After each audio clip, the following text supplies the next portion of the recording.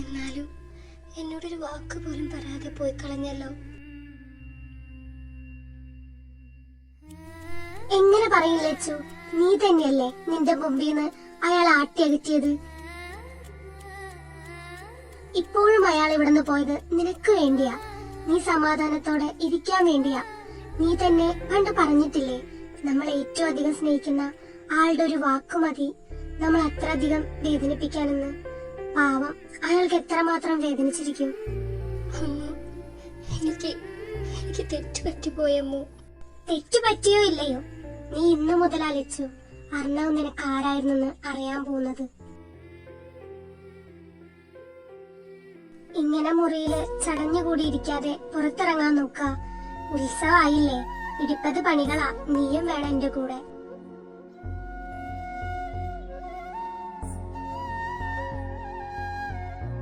എന്നാലും ഈ എബിച്ചായൻ ഇതെന്ത് പണിയാ കാണിച്ചല്ലേ, ഒറ്റ പോക്ക ഒന്നും പറയാതെ. നിനക്ക് അവനെ അറിഞ്ഞൂടെ? അവനെപ്പോ പോവും വരുന്ന് ആർക്കറിയാ? ഇവിടിപ്പോ ഞാനാ ശശി, അവന്മാര് രണ്ടും ഓരോ വഴിക്ക് പോയി, ഞാൻ മാത്രം. പിന്നെ ഒരാളോർത്ത ഞാനും പോവാത്തെ, അതിന്റെ ഒരു നന്ദി അത് ലേശം കാണിക്കാൻ. ആരോട് പറയാൻ, ആര് കേൾക്കാൻ? ഓ അങ്ങനെ, എനിക്കിത്തിരി നന്ദി കുറവാ മോനെ. ഓഹോ, അത് ശരി. നിക്കടി അവിടെ മോളെ മഹി.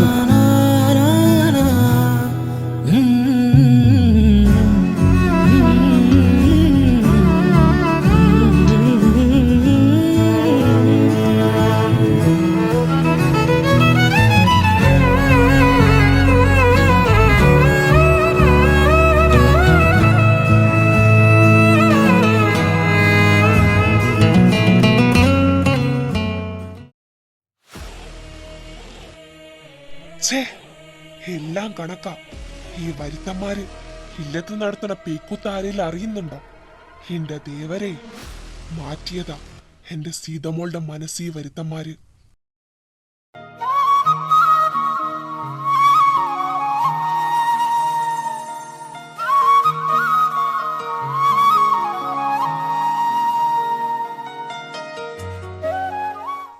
എന്നതാടാ ഉവേ, നിനക്കത്ര ഉഷാറ് പോരല്ലോ.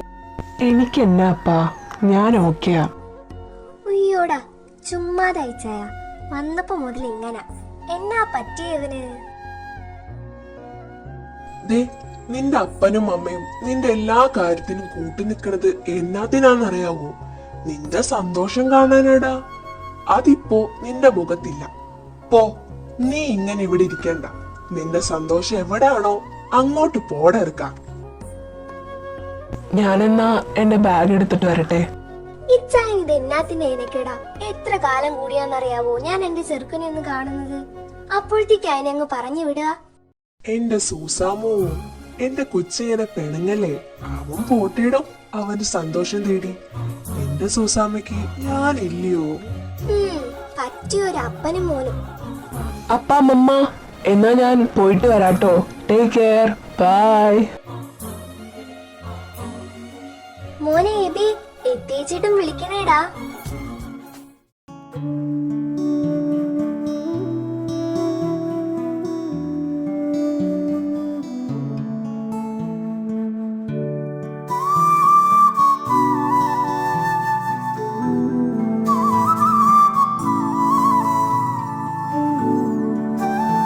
ആ പിള്ളേരൊക്കെ പോയില്ലേ, നീരജമോ മാത്രായി. പക്ഷേ മോൻ പോവരുത് കേട്ടോ. അവരെല്ലാവരും വിളിച്ചിട്ടുണ്ടായിരുന്നു അമ്മേ.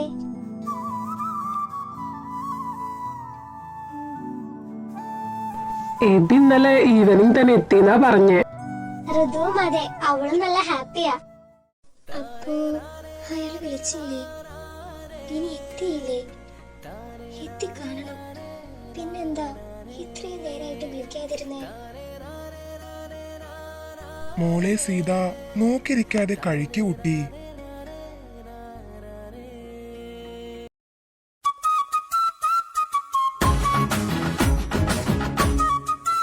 അല്ല മോളെ, അർണോമ വിളിച്ചില്ലേ?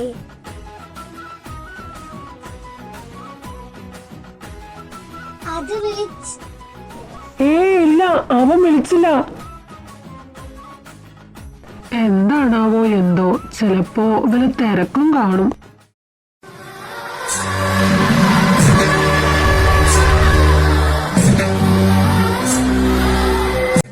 എന്നാലും അയാളെന്താ വിളിക്കാഞ്ഞേ? എത്തിയെന്നെങ്കിലും ഒന്ന് വിളിച്ചറിയിച്ചൂടെ? ഞാനല്ലേ തെറ്റ് ചെയ്തേ? വഹി എന്ത് ചെയ്തു? അവളെങ്കിലും ഒന്ന് വിളിച്ചൂടെ?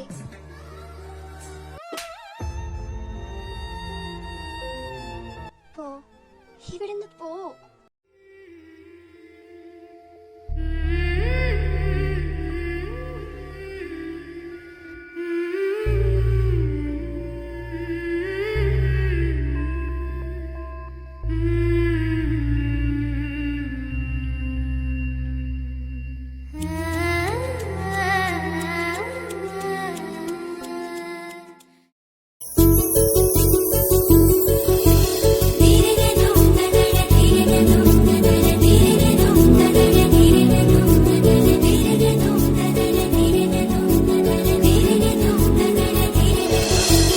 സീതാ, സീതാ,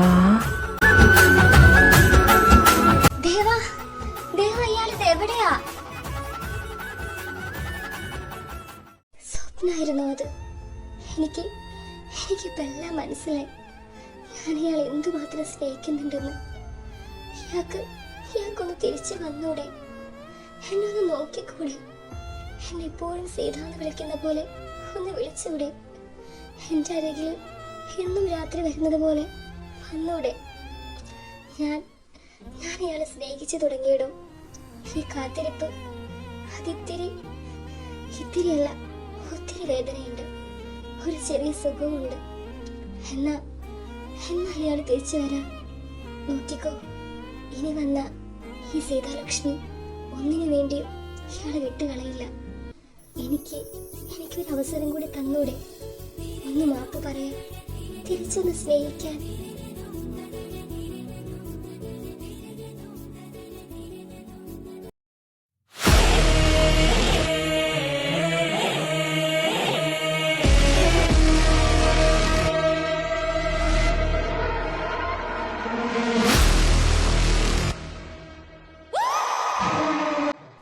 അത് മതി എനിക്ക്. എന്റെ മോന്റെ സന്തോഷം അത് മാത്രം മതി. ഇതുകൂടി കുടിക്ക് രാമ, ആ മനസ്സിലെ സങ്കടമൊക്കെ അങ്ങ് മാറട്ടെ.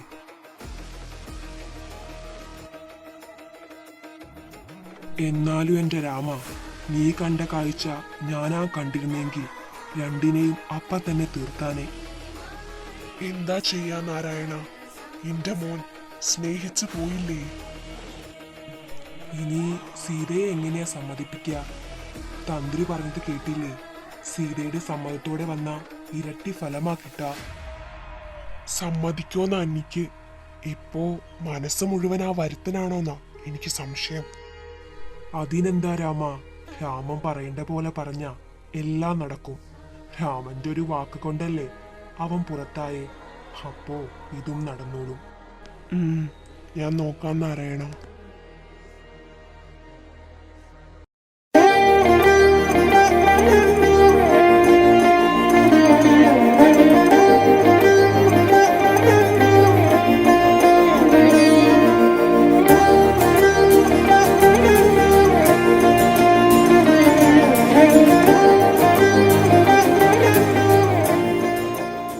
മോളെ കുഞ്ഞി, എഴുന്നേറ്റേ.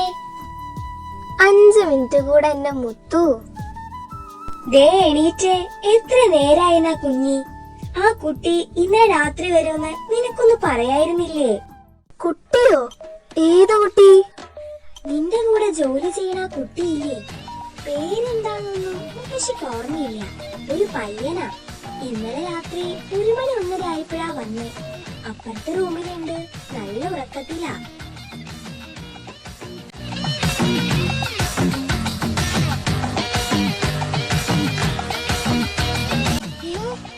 പിച്ചായനോ?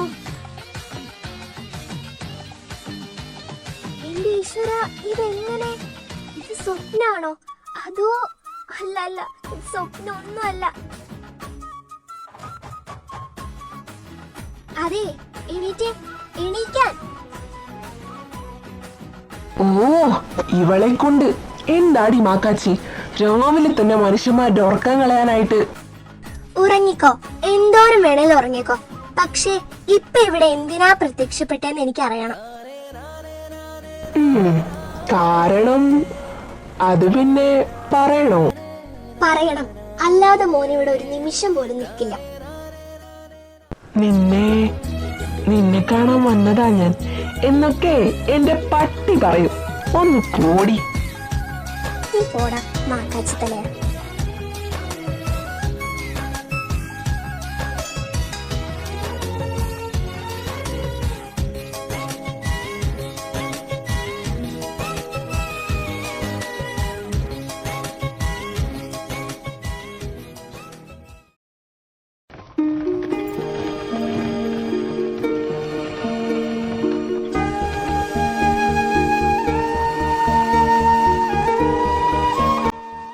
അമ്മേ, എന്താ അമ്മ നോക്കി നിൽക്കണേ? എനിക്ക് വിശക്കുന്നു. വായു, മോൻ വന്നിരിക്കൂ. എത്ര കാലായി എന്റെ മോൻ ഇങ്ങനെ സന്തോഷായി. അമ്മയ്ക്ക് ഇനി മരിച്ചാലും വേണ്ടില്ല. ഇനി എന്നും ഇങ്ങനെ മതി. എന്റെ അമ്മ തന്നാ മതി.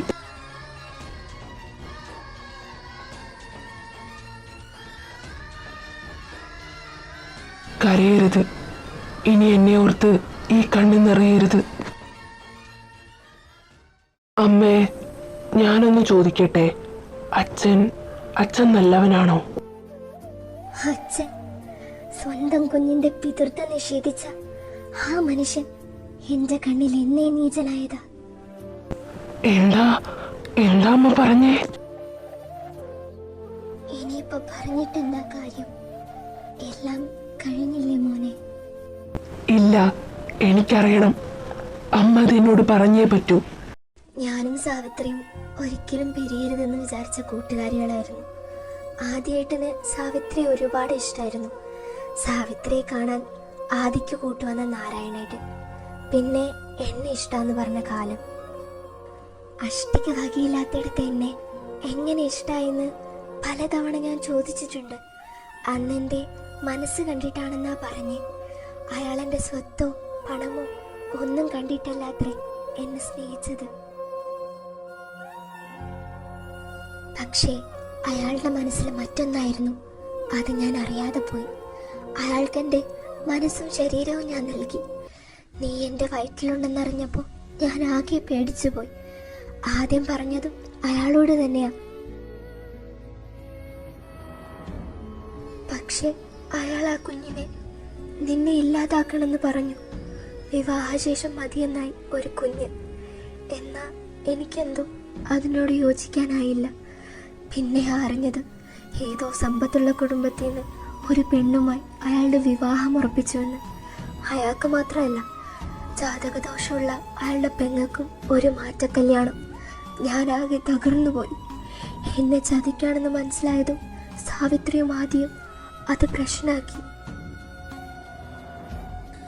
ആദിക്ക് മുന്നിൽ നാരായണൻ പിടിച്ചു നിൽക്കാനായില്ല. കല്യാണം മുടങ്ങി. നാരായണൻ സഹോദരി ആത്മഹത്യ ചെയ്തു. നാരായണനും കുടുംബവും നാണം കെട്ടു. തല കുനിക്കേണ്ടി വന്നു. നാട്ടിലെ പ്രമാണിമാരായി നടന്നവർക്ക് ഗ്രാമത്തിലെ പട്ടിയുടെ വില പോലും ഇല്ലാതായി. നാരായണന്റെ അച്ഛൻ മരണപ്പെട്ടു. അതിന്റെ പക രാത്രിയിലെത്തി തകർക്കാൻ അവരെ പ്രേരിപ്പിച്ചു. ആഭിചാരവും മറ്റുമായി അവരെ ദ്രോഹിച്ചു.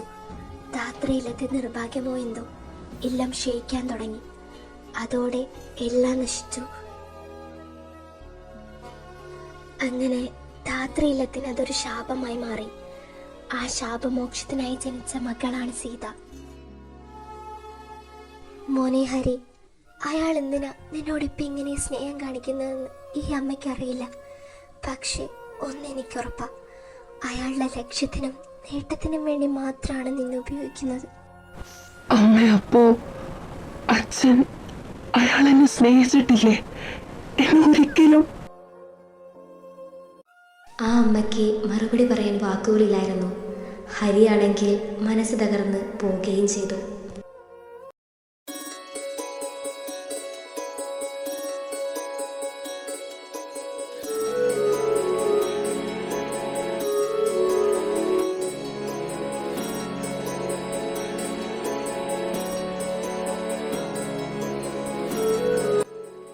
അമ്മു, ഞാനെന്ന ഇല്ലത്തേക്ക് പോവാ. നീ ചെല്ല്, ഞാൻ ആ കലാക്ഷേത്രം പൂട്ടിയൊന്ന് നോക്കട്ടെ. ഇന്നലെ അത് തുറന്നു കിടക്കായിരുന്നു തിരുമേനി പറയണുണ്ടായി. നൃത്തം പഠിക്കാൻ വരുന്ന കുട്ടികൾക്ക് ഇപ്പൊ ഒരു ശ്രദ്ധയും ഇല്ല.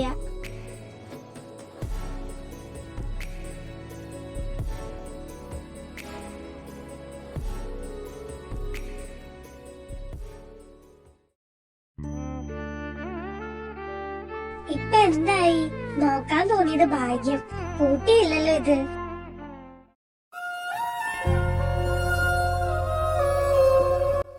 ആരാ ആരാ ആരാ അത്?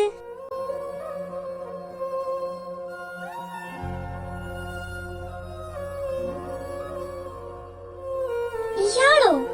താനെന്താ ഇവിടെ? എന്താ എന്താ ഇയാൾക്ക് പറ്റിയേ? അമ്മ,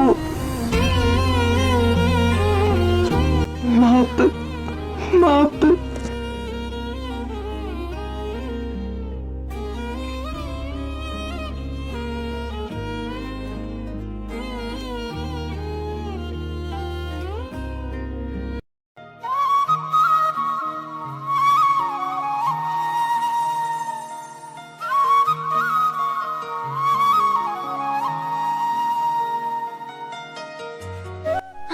ചേച്ചി ഇവിടെ ഇരിക്കായിരുന്നോ? ഞാൻ എവിടെ എല്ലാം നോക്കിയെന്നോ. ഞാൻ 2-3 ദിവസമായി ചേച്ചിയെ ശ്രദ്ധിക്കുന്നു. എന്താ പറ്റി എന്റെ ചേച്ചിക്കുട്ടിക്ക്? ഒന്നുമില്ല മഹി, ഉത്സവമാവാറായില്ലേ, അതാ. അതിന് സന്തോഷിക്കല്ലേ വേണ്ടേ? എത്ര നാള് കൂടിയാ ഞാൻ ഉത്സവം കാണാൻ വരണേ. ഇങ്ങോട്ട് വന്നേ എന്റെ ചേച്ചി. മോളെ മഹി. എന്താ ചേച്ചി? മോളെ മഹി, കണ്ണേട്ടനില്ലാതായത് ഞാൻ കാരണാണെന്ന് മോള് കരുതുന്നുണ്ടോ? ഞാനാണോ അതിന് കാരണം? ചേച്ചി, എന്തിനാ ഇങ്ങനെയൊക്കെ? അതൊക്കെ കഴിഞ്ഞിട്ട് ഒരുപാട് വർഷായില്ലേ. എന്റെ ചേച്ചി എല്ലാം മറക്കണം. ചേച്ചിക്കായി പണ്ട് മുത്തശ്ശി പറയണ കഥകളിലെ പോലെ ഒരു രാജകുമാരൻ വരും. എന്റെ ചേച്ചിയെ ഈ വിഷമങ്ങളിൽ നിന്നൊക്കെ അങ്ങ് ദൂരെ അയാളുടെ ലോകത്തേക്ക് കൊണ്ടുപോകും. അവിടെ എന്റെ ചേച്ചി ആ രാജകുമാരന്റെ രാജകുമാരിയായി അങ്ങനെ സന്തോഷത്തോടെ ജീവിക്കും. നിങ്ങൾക്കതിൽ 10-15 കുട്ടികളൊക്കെ ഉണ്ടാവും.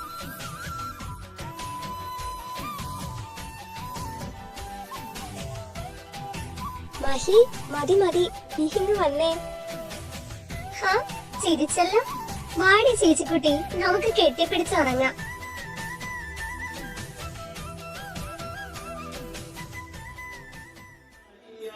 വിഷ്ണുവിന്റെ വാമഭാഗമായി ചോറ്റാലിക്കരയിൽ വാഴും അംബികേ നമസ്തുതേ. എന്റെ തേവരെ, പോയിട്ട് ഇതുവരെ അയാളെ കുറിച്ച് ഒരു അറിവും കിട്ടിയില്ല. ഈ 4 ദിവസം ഞാൻ എങ്ങനെയാ കഴിഞ്ഞെന്ന് എനിക്ക് മാത്രമേ അറിയൂ. അയാളെ കുറിച്ച് എന്തെങ്കിലും ഒരു അറിവ് കിട്ടണേ.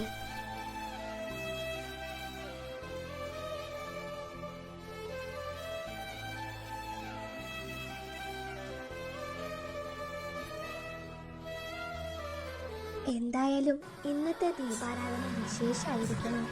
മനസ്സിനൊക്കെ വല്ലാത്തൊരു സന്തോഷം. അതേ സാവിത്രി. അതെ, ഇന്നെന്തോ ഒരു പ്രത്യേകത തോന്നി.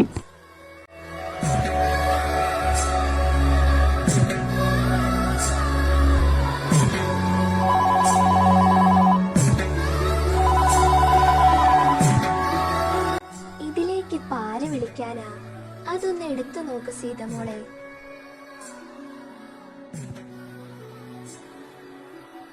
ഹലോ ഹലോ, ആരാ?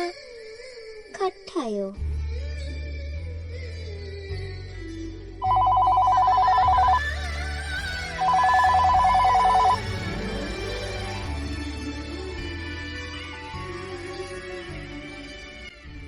ഹലോ ഹലോ, കേക്കുന്നുണ്ടോ? സീത ഫോൺ വെച്ച് മുകളിലേക്ക് നടന്നതും ഫോൺ പിന്നെയും റിങ് ചെയ്യാൻ തുടങ്ങി. പിന്നെ എടുത്തത് നമ്മുടെ മഹിയാണ്. ആ അർണവേട്ടനായിരുന്നു.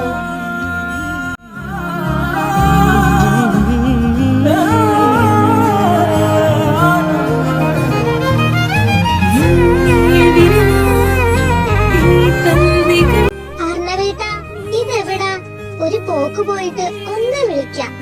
അതെയോ, ചിലപ്പോ റേഞ്ച് ഉണ്ടാവില്ല, അതായിരിക്കും. എവിടെയാടാ നീ? ഫുഡൊക്കെ കഴിച്ചോ?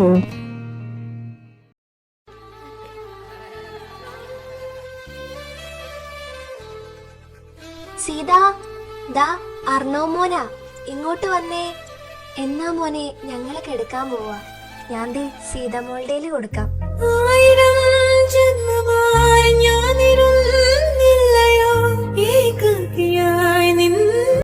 ഹലോ, ഞാൻ സീതയാ. പാദസ്വനങ്ങൾ കേട്ടു